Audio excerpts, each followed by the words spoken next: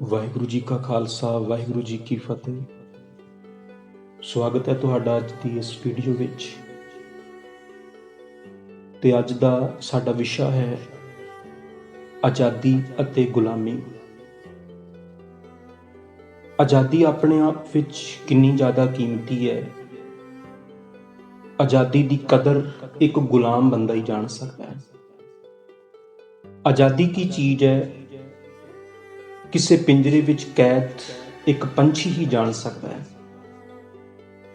ਆਕਾਸ਼ 'ਚ ਉਡਾਰੀ ਲਾਉਣ ਦਾ ਕੀ ਆਨੰਦ ਹੁੰਦਾ ਹੈ, ਇਹ ਇੱਕ ਪਿੰਜਰੇ 'ਚ ਪਿਆ ਹੋਇਆ ਪੰਛੀ ਹੀ ਜਾਣਦਾ ਹੈ।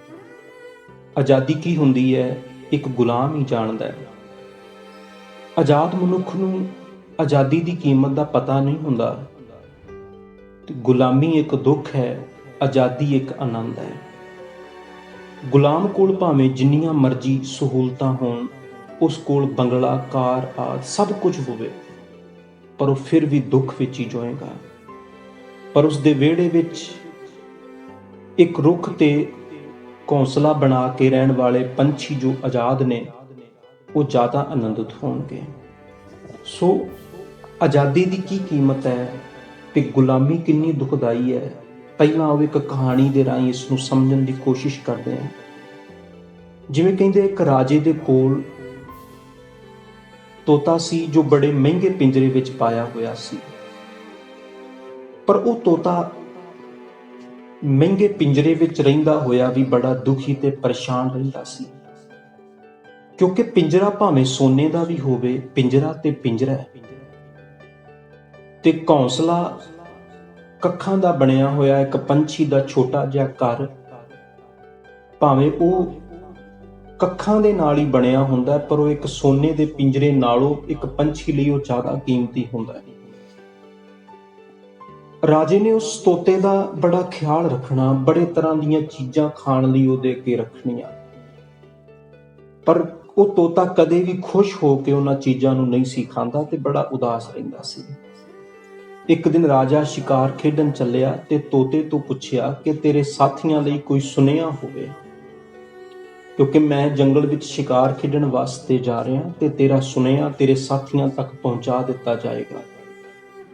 ਤੇ ਤੋਤੇ ਨੇ ਕਿਹਾ ਕਿ ਮੇਰੇ ਸਾਥੀਆਂ ਨੂੰ ਇਹ ਸੁਨੇਹਾ ਦੇ ਦੇਣਾ ਕਿ ਗੁਲਾਮੀ ਇੱਕ ਦੁੱਖ ਹੈ, ਉਹ ਭਾਵੇਂ ਸੋਨੇ ਦੇ ਪਿੰਜਰੇ ਦੀ ਕਿਉਂ ਨਾ ਹੋਵੇ, ਤੇ ਆਜ਼ਾਦੀ 'ਚ ਇੱਕ ਸੁੱਖ ਹੈ ਜੋ ਖੁੱਲੇ ਆਕਾਸ਼ 'ਚ ਤੇ ਕੱਖਾਂ ਦੇ ਘੌਂਸਲੇ 'ਚ ਹੁੰਦੀ ਹੈ। ਰਾਜਾ ਇਹ ਸੁਨੇਹਾ ਲੈ ਕੇ ਜੰਗਲ ਵਿੱਚ ਸ਼ਿਕਾਰ ਖੇਡਣ ਲਈ ਚਲਿਆ ਗਿਆ ਤੇ ਉਸਨੇ ਇੱਕ ਰੁੱਖ ਥੱਲੇ ਜਾ ਕੇ, ਜਿੱਥੇ ਬਹੁਤ ਸਾਰੇ ਤੋਤੇ ਉੱਪਰ ਟਹਿਣੀਆਂ ਤੇ ਰੁੱਖ ਤੇ ਬੈਠੇ ਹੋਏ ਸਨ, ਉੱਚੀ ਸਾਰੀ ਇਹ ਸੁਨੇਹਾ ਦਿੱਤਾ ਕਿ ਤੁਹਾਡੇ ਸਾਥੀ ਦਾ ਘੱਲਿਆ ਹੋਇਆ ਇੱਕ ਸੁਨੇਹਾ ਤੁਹਾਨੂੰ ਮੈਂ ਸੁਣਾਉਣ ਲੱਗਾ।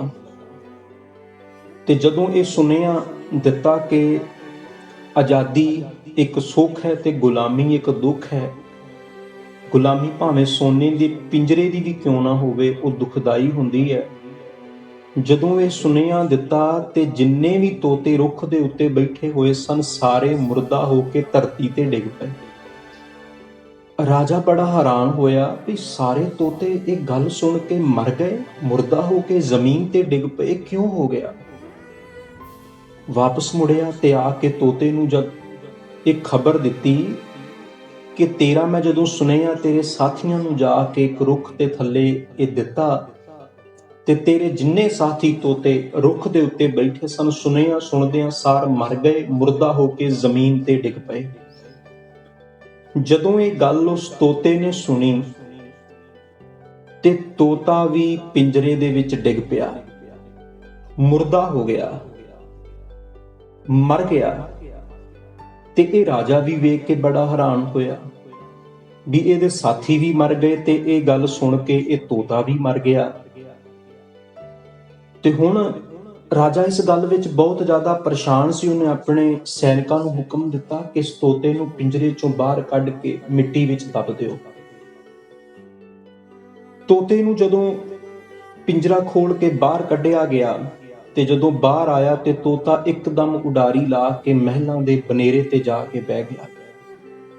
ਤੇ ਰਾਜਾ ਬੜਾ ਹੈਰਾਨ ਹੋਇਆ ਤੇ ਪੁੱਛਿਆ ਵੀ ਤੋਤੇ ਨੂੰ ਇਹ ਕੀ, ਵੀ ਜੋ ਤੂੰ ਪਹਿਲਾਂ ਆਪਣੇ ਸਾਥੀਆਂ ਨੂੰ ਸੁਨੇਹਾ ਦਿੱਤਾ ਸੀ ਉਹ ਸੁਣ ਕੇ ਮੁਰਦਾ ਹੋ ਕੇ ਜ਼ਮੀਨ ਤੇ ਡਿੱਗ ਪਏ ਸੀ। ਔਰ ਜਦੋਂ ਤੈਨੂੰ ਆ ਕੇ ਉਹਨਾਂ ਦਾ ਸੁਨੇਹਾ ਦਿੱਤਾ ਵੀ ਉਹ ਮਰ ਗਏ ਨੇ, ਜ਼ਮੀਨ ਤੇ ਡਿੱਗ ਪਏ ਨੇ, ਮੁਰਦਾ ਹੋ ਗਏ ਨੇ, ਤੇ ਤੂੰ ਪਿੰਜਰੇ ਵਿੱਚ ਮੁਰਦਾ ਹੋ ਕੇ ਡਿੱਗ ਪਿਆ, ਮਰ ਗਿਆ, ਔਰ ਅਸੀਂ ਇਹ ਸੋਚਿਆ ਸੀ ਵੀ ਤੂੰ ਮਰ ਚੁੱਕਿਆ, ਪਰ ਤੂੰ ਤੇ ਜਿਉਂਦਾ ਸੀ।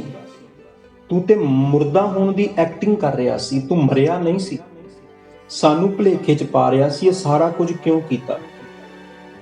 ਤੇ ਤੋਤੇ ਨੇ ਜਵਾਬ ਦਿੱਤਾ, ਕਹਿੰਦਾ ਜੋ ਸੁਨੇਹਾ ਮੈਂ ਆਪਣੇ ਸਾਥੀਆਂ ਨੂੰ ਭੇਜਿਆ ਸੀ ਨਾ, ਆਜ਼ਾਦੀ ਬਾਰੇ ਤੇ ਗੁਲਾਮੀ ਦੇ ਬਾਰੇ, ਤੇ ਮੇਰੇ ਸਾਥੀਆਂ ਨੇ ਬੇਹੋਸ਼ ਹੋ ਕੇ ਇਹ ਉੱਤਰ ਦਿੱਤਾ ਸੀ ਬਈ ਜੇ ਗੁਲਾਮੀ ਚੋਂ ਬਾਹਰ ਨਿਕਲਣਾ ਚਾਹੁੰਦਾ ਹੈ ਤੇ ਇੱਕ ਵਾਰ ਮੁਰਦਾ ਹੋਣਾ ਪਏਗਾ। ਜੇ ਖੁੱਲੇ ਆਕਾਸ਼ ਵਿੱਚ ਉਡਾਰੀਆਂ ਲਾਉਣਾ ਚਾਹੁੰਦਾ ਹੈ, ਰਾਜੇ ਦੀ ਨਜ਼ਰ ਵਿੱਚ ਮੁਰਦਾ ਬਣਨਾ ਪਏਗਾ। ਤੁਸੀਂ ਉਸ ਸੁਨੇਹੇ ਨੂੰ ਭਾਵੇਂ ਨਹੀਂ ਸਮਝ ਸਕੇ। ਜਦੋਂ ਮੇਰੇ ਸਾਥੀ ਰੁੱਖ ਤੋਂ ਮੁਰਦਾ ਬਣ ਕੇ ਜ਼ਮੀਨ ਤੇ ਡਿੱਗੇ, ਤੁਸੀਂ ਤੇ ਸੋਚਿਆ ਵੀ ਉਹ ਮਰ ਗਏ ਨੇ, ਮੁਰਦਾ ਹੋ ਗਏ ਨੇ, ਪਰ ਉਹਨਾਂ ਦਾ ਮੇਰੇ ਲਈ ਇਹ ਸੁਨੇਹਾ ਸੀ ਵੀ ਗੁਲਾਮੀ ਇੱਕ ਦੁੱਖ ਹੈ, ਪਰ ਜੇ ਗੁਲਾਮੀ ਚੋਂ ਬਾਹਰ ਨਿਕਲਣਾ ਹੈ ਤੇ ਇਸ ਤਰ੍ਹਾਂ ਮੁਰਦਾ ਹੋ ਜਾ, ਆਜ਼ਾਦੀ ਮਿਲ ਜਾਏਗੀ। ਇਸ ਕਰਕੇ ਗੁਲਾਮੀ ਦੀਆਂ ਜੰਜੀਰਾਂ ਬੰਦੇ ਨੂੰ ਹਮੇਸ਼ਾ ਪਰੇਸ਼ਾਨ ਤੇ ਦੁਖੀ ਕਰਦੀਆਂ ਨੇ। ਗੁਲਾਮੀ ਭਾਵੇਂ ਸਰੀਰਕ ਹੋਵੇ ਤੇ ਭਾਵੇਂ ਮਾਨਸਿਕ ਹੋਵੇ, ਪਰ ਇਹਨਾਂ ਜੰਜੀਰਾਂ ਨੂੰ ਤੋੜਨ ਦੇ ਲਈ ਇੱਕ ਵਾਰ ਮੁਰਦਾ ਤੇ ਬਣਨਾ ਹੀ ਪੈਂਦਾ ਹੈ। ਸੰਸਾਰ ਵਾਸਤੇ ਮਰਨਾ ਪੈਂਦਾ ਹੈ, ਮੁਰਦਾ ਬਣਨਾ ਪੈਂਦਾ। ਭਾਈ ਗੁਰਦਾਸ ਕਹਿੰਦੇ ਨਾ, ਮੁਰਦਾ ਹੋਏ ਮੁਰੀਦ ਨਾ ਗੱਲੀ ਹੋਵਣਾ। ਮੁਰਦਾ ਬਣਨ ਤੋਂ ਬਾਅਦ ਹੀ ਬੰਧਨਾਂ ਚੋਂ ਆਜ਼ਾਦੀ ਮਿਲਦੀ ਹੈ। ਇਸ ਕਰਕੇ ਕਦੇ ਪੜ੍ਹੋ ਭਗਤ ਸਿੰਘ ਤੇ ਊਧਮ ਸਿੰਘ ਦਾ ਜੀਵਨ ਕਿ ਗੁਲਾਮੀ ਕਿੰਨੀ ਦੁਖਦਾਈ ਹੁੰਦੀ ਹੈ। ਕਦੇ ਦੇਖੋ ਮਹਾਰਾਣੀ ਜਿੰਦ ਕੌਰ ਦਾ ਜੀਵਨ ਕਿ ਗੁਲਾਮੀ ਕਿੰਨੀ ਪੀੜਾ ਦੇਣ ਵਾਲੀ ਹੁੰਦੀ ਹੈ। ਅਸੀਂ ਆਜ਼ਾਦੀ ਦੀ ਕਦਰ ਨਹੀਂ ਜਾਣਦੇ। ਕਦੇ ਜਾਓ ਕਿਸੇ ਜੇਲ੍ਹ ਵਿੱਚ ਤੇ ਪੁੱਛੋ ਜਾ ਕੇ ਕਿਸੇ ਕੈਦੀ ਨੂੰ ਕਿ ਗੁਲਾਮੀ ਤੇ ਆਜ਼ਾਦੀ ਵਿੱਚ ਕੀ ਫਰਕ ਹੈ। ਬੇਸ਼ੱਕ ਜੇਲ੍ਹ ਵਿੱਚ ਭੋਜਨ ਮਿਲਦਾ ਹੈ, ਰਹਿਣ ਲਈ ਕਮਰਾ ਮਿਲਦਾ ਹੈ, ਬਿਸਤਰਾ ਮਿਲਦਾ ਹੈ, ਪਰ ਆਪਣੀ ਕੋਈ ਮਰਜ਼ੀ ਨਹੀਂ ਹੁੰਦੀ। ਆਜ਼ਾਦੀ ਤੇ ਗੁਲਾਮੀ ਦਾ ਇਹੀ ਫਰਕ ਹੈ ਕਿ ਆਜ਼ਾਦੀ 'ਚ ਆਪਣੀ ਮਰਜ਼ੀ, ਇੱਛਾ ਚੱਲਦੀ ਹੈ ਤੇ ਗੁਲਾਮੀ 'ਚ ਮਰਜ਼ੀ ਦੂਜੇ ਦੀ ਚੱਲਦੀ ਹੈ। ਗੁਲਾਮੀ 'ਚ ਅਮੀਰੀ ਨਾਲੋਂ ਆਜ਼ਾਦੀ 'ਚ ਗਰੀਬੀ ਚੰਗੀ ਹੈ। ਗੁਲਾਮੀ ਦੋ ਪ੍ਰਕਾਰ ਦੀ ਹੁੰਦੀ ਹੈ, ਸਰੀਰਕ ਗੁਲਾਮੀ ਅਤੇ ਮਾਨਸਿਕ ਗੁਲਾਮੀ। ਪਰ ਸਰੀਰਕ ਗੁਲਾਮੀ ਨਾਲੋਂ ਮਾਨਸਿਕ ਗੁਲਾਮੀ ਜ਼ਿਆਦਾ ਖਤਰਨਾਕ ਹੈ। ਕਿਉਂ? ਜਿਸ ਦੇ ਮਨ 'ਚ ਆਜ਼ਾਦੀ ਦੀ ਤੜਫ ਪਰ ਸਰੀਰਕ ਤੌਰ ਉੱਤੇ ਗੁਲਾਮ ਹੈ, ਇੱਕ ਦਿਨ ਉਹ ਆਜ਼ਾਦ ਹੋ ਜਾਏਗਾ। ਜਿਹਦੇ ਅੰਦਰ ਆਜ਼ਾਦੀ ਦੀ ਚਿੰਗਿਆਰੀ ਸੁਲਗ ਰਹੀ ਹੈ ਪਰ ਸਰੀਰਕ ਤੌਰ ਉੱਤੇ ਬਾਹਰੋਂ ਉਹ ਗੁਲਾਮ ਹੈ, ਇੱਕ ਦਿਨ ਉਹ ਅੰਦਰ ਲੱਗੀ ਆਜ਼ਾਦੀ ਦੀ ਚਿੰਗਾਰੀ ਭਾਂਬੜ ਬਣ ਜਾਏਗੀ ਤੇ ਉਹ ਗੁਲਾਮੀ ਦੀਆਂ ਜੰਜੀਰਾਂ ਨੂੰ ਤੋੜ ਦੇਵੇਗੀ। ਪਰ ਜੋ ਸਰੀਰ ਕਰਕੇ ਆਜ਼ਾਦ ਹੈ ਪਰ ਮਾਨਸਿਕ ਤੌਰ ਉੱਤੇ ਗੁਲਾਮ ਹੈ, ਉਸ ਬੰਦੇ ਦੀਆਂ ਜੰਜੀਰਾਂ ਕਦੇ ਵੀ ਨਹੀਂ ਟੁੱਟ ਪਾਉਣਗੀਆਂ। ਕਿਉਂਕਿ ਜਿਹੜੀ ਗੁਲਾਮੀ ਮਾਨਸਿਕ ਹੈ ਨਾ, ਉਹ ਸਰੀਰਕ ਗੁਲਾਮੀ ਦੇ ਨਾਲੋਂ ਜ਼ਿਆਦਾ ਖਤਰਨਾਕ ਹੈ। ਉਹ ਜ਼ਿਆਦਾ ਖਤਰਨਾਕ ਹੈ ਕਿਉਂਕਿ ਜਦੋਂ ਬੰਦਾ ਮਾਨਸਿਕ ਤੌਰ ਉੱਤੇ ਗੁਲਾਮ ਹੋ ਜਾਂਦਾ ਹੈ, ਉਦੋਂ ਫਿਰ ਗੁਲਾਮੀ ਦੀਆਂ ਜੰਜੀਰਾਂ ਨੂੰ ਤੋੜਨਾ ਬਹੁਤ ਮੁਸ਼ਕਲ ਹੈ। ਕਿਉਂਕਿ ਫਿਰ ਬੰਦੇ ਨੂੰ ਉਹ ਜੰਜੀਰਾਂ ਹੀ ਗਹਿਣੇ ਲੱਗਣ ਲੱਗ ਪੈਂਦੀਆਂ ਨੇ। ਮਾਨਸਿਕ ਜਿਹੜਾ ਗੁਲਾਮ ਹੈ, ਉਹਦੇ ਪੈਰਾਂ 'ਚ ਪਈਆਂ ਬੇੜੀਆਂ ਤੇ ਹੱਥਾਂ 'ਚ ਪਈਆਂ ਹੱਥ ਕੜੀਆਂ ਫਿਰ ਉਹਨੂੰ ਉਹ ਬੋਝ ਨਹੀਂ ਲੱਗਦੀਆਂ। ਉਹਨੂੰ ਉਹ ਸਰੀਰ ਦੇ ਗਹਿਣੇ ਨਜ਼ਰ ਆਉਣ ਲੱਗ ਪੈਂਦੀਆਂ ਨੇ, ਉਹ ਸਰੀਰ ਦਾ ਹਿੱਸਾ ਨਜ਼ਰ ਆਉਣ ਲੱਗ ਪੈਂਦੀਆਂ ਨੇ। ਤੇ ਜਦੋਂ ਹੱਥ ਕੜੀਆਂ ਤੇ ਪੈਰਾਂ 'ਚ ਬੇੜੀਆਂ ਹੀ ਮਾਨਸਿਕ ਤੌਰ ਤੇ ਗੁਲਾਮ ਬੰਦੇ ਨੂੰ ਗਹਿਣੇ ਨਜ਼ਰ ਆਉਣ ਲੱਗ ਪੈਣ, ਇਹ ਉਸ ਦੇ ਲਈ ਬਹੁਤ ਜ਼ਿਆਦਾ ਖਤਰਨਾਕ ਹੁੰਦਾ ਹੈ। ਅਮੀਰੀ ਰਾਜਨੀਤੀ ਸ਼ਕਤੀ ਹਮੇਸ਼ਾ ਗਰੀਬ ਨੂੰ, ਕਮਜ਼ੋਰ ਨੂੰ ਗੁਲਾਮ ਹੀ ਰੱਖਣਾ ਚਾਹੁੰਦੀ। ਅਕਸਰ ਹੀ ਦੁਨੀਆ 'ਚ ਇਸ ਤਰ੍ਹਾਂ ਹੋਇਆ ਕਿ ਆਪਣੀ ਆਜ਼ਾਦੀ ਦੀਆਂ ਨੀਹਾਂ ਨੂੰ ਮਜ਼ਬੂਤ ਕਰਨ ਲਈ ਕਮਜ਼ੋਰ ਲੋਕਾਂ ਨੂੰ ਗੁਲਾਮ ਬਣਾਉਣ ਦਾ ਯਤਨ ਕੀਤਾ ਜਾਂਦਾ ਰਿਹਾ। ਸੰਸਾਰ 'ਚ ਕਿੰਨੇ ਹੀ ਜੰਗ ਅਤੇ ਅੰਦੋਲਨ ਆਜ਼ਾਦੀ ਦੇ ਖਾਤਰ ਹੋਏ ਨੇ। ਦੁਨੀਆ ਦੇ ਕਿੰਨੇ ਹੀ ਮੁਲਕ ਦੂਜੇ ਮੁਲਕਾਂ ਦੇ ਗੁਲਾਮ ਹੁੰਦੇ ਰਹੇ, ਫਿਰ ਆਜ਼ਾਦੀ ਦੀ ਖਾਤਰ ਸੰਘਰਸ਼ ਚੱਲਦੇ ਰਹੇ। ਕਿੰਨੇ ਲੋਕਾਂ ਨੇ ਆਜ਼ਾਦੀ ਦੀ ਖਾਤਰ ਖੂਨ ਵਹਾਇਆ।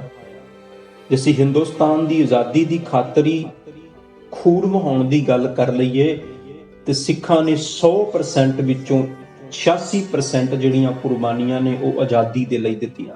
ਪਰ ਜਦ ਕੋਈ ਗੁਲਾਮ ਬਹੁਤ ਲੰਬਾ ਸਮਾਂ ਜੰਜੀਰਾਂ 'ਚ ਕੈਦ ਰਹੇ, ਉਸ ਨੂੰ ਜੰਜੀਰਾਂ ਗਹਿਣੇ ਨਜ਼ਰ ਆਉਣ ਲੱਗ ਪੈਂਦੇ ਨੇ।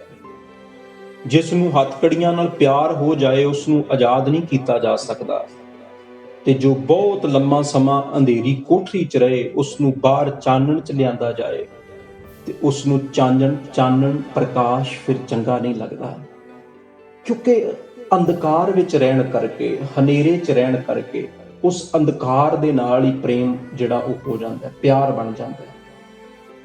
ਫਿਰ ਬੰਦਾ ਉਸ ਦੇ ਨਾਲ ਹੀ ਰਹਿਣਾ ਸਿੱਖ ਲੈਂਦਾ ਹੈ, ਉਹ ਜੀਵਨ ਦਾ ਹਿੱਸਾ ਬਣ ਜਾਂਦਾ ਹੈ। ਫਿਰ ਪ੍ਰਕਾਸ਼ ਤੇ ਭੁੱਲ ਜਾਂਦਾ ਹੈ, ਫਿਰ ਉਸ ਹਨੇਰੇ ਨੂੰ ਹੀ ਆਪਣਾ ਜੀਵਨ ਸਮਝਣ ਲੱਗ ਪੈਂਦਾ ਹੈ। ਤੇ ਗੁਲਾਮੀ ਆਪਣੇ ਆਪ ਵਿੱਚ ਇੱਕ ਦੁੱਖ ਹੈ, ਇੱਕ ਪੀੜਾ ਹੈ, ਇੱਕ ਦਰਦ ਹੈ। ਗੁਲਾਮੀ ਦੀਆਂ ਜੰਜੀਰਾਂ ਭਾਵੇਂ ਸੋਨੇ ਦੀਆਂ ਹੋਣ, ਪੈਰਾਂ 'ਚ ਬੇੜੀਆਂ ਭਾਵੇਂ ਸੋਨੇ ਦੀਆਂ ਹੋਣ, ਹੱਥਾਂ ਦੀਆਂ ਹੱਥਕੜੀਆਂ ਭਾਵੇਂ ਸੋਨੇ ਦੀਆਂ ਹੋਣ, ਪਰ ਗੁਲਾਮੀ ਦੀਆਂ ਹੱਥਕੜੀਆਂ, ਬੇੜੀਆਂ ਬੰਦੇ ਲਈ ਦੁਖਦਾਈ ਹੀ ਹੁੰਦੀਆਂ ਨੇ, ਦਰਦ ਹੀ ਹੁੰਦੀਆਂ ਨੇ, ਪੀੜਾ ਹੀ ਹੁੰਦੀਆਂ ਨੇ। ਪਰ ਆਜ਼ਾਦੀ 'ਚ ਭਾਵੇਂ ਸਰੀਰ ਤੇ ਪਾਟੇ ਪੁਰਾਣੇ ਕੱਪੜੇ ਹੋਣ, ਭਾਵੇਂ ਕੱਖਾਂ ਦੀ ਕੁੱਲੀ ਵਿੱਚ ਰਹਿਣਾ ਪਵੇ, ਪਰ ਆਜ਼ਾਦੀ ਦਾ ਇੱਕ ਆਪਣਾ ਹੀ ਆਨੰਦ ਹੁੰਦਾ ਹੈ। ਸੋ ਇਸ ਕਰਕੇ ਆਜ਼ਾਦੀ ਦੇ ਲਈ ਹੀ ਅੱਜ ਤੱਕ ਲੱਖਾਂ ਲੋਕਾਂ ਨੇ ਪੂਰੀ ਦੁਨੀਆ ਦੇ ਵਿੱਚ ਕੁਰਬਾਨੀਆਂ ਦਿੱਤੀਆਂ ਨੇ, ਕਿਉਂਕਿ ਆਜ਼ਾਦੀ ਆਪਣੇ ਆਪ ਵਿੱਚ ਬਹੁਤ ਵੱਡਾ ਆਨੰਦ ਹੈ। ਉਮੀਦ ਕਰਦਾ ਇਸ ਵੀਡੀਓ ਦੇ ਨਾਲ ਆਜ਼ਾਦੀ ਤੇ ਗੁਲਾਮੀ ਦਾ ਕੀ ਫਰਕ ਹੈ ਉਹ ਬਿਲਕੁਲ ਤੁਹਾਡੇ ਅੰਦਰੋਂ ਇਹ ਕਲੀਅਰ ਹੋ ਜਾਏਗਾ। ਜੇ ਵੀਡੀਓ ਵਧੀਆ ਲੱਗੀ ਤਾਂ ਪਲੀਜ਼ ਲਾਈਕ ਸ਼ੇਅਰ ਜ਼ਰੂਰ ਕਰ ਦੇਵੋ। ਸਾਡੇ ਚੈਨਲ ਨੂੰ ਵੀ ਸਬਸਕ੍ਰਾਈਬ ਕਰ ਲਵੋ ਤਾਂ ਕਿ ਇਸ ਤਰ੍ਹਾਂ ਦੀਆਂ ਹੋਰ ਵੀਡੀਓ ਤੁਹਾਡੇ ਤੱਕ ਸਭ ਤੋਂ ਪਹਿਲਾਂ ਪਹੁੰਚ ਸਕਣ। ਵਾਹਿਗੁਰੂ ਜੀ ਕਾ ਖਾਲਸਾ, ਵਾਹਿਗੁਰੂ ਜੀ ਕੀ ਫਤਿਹ।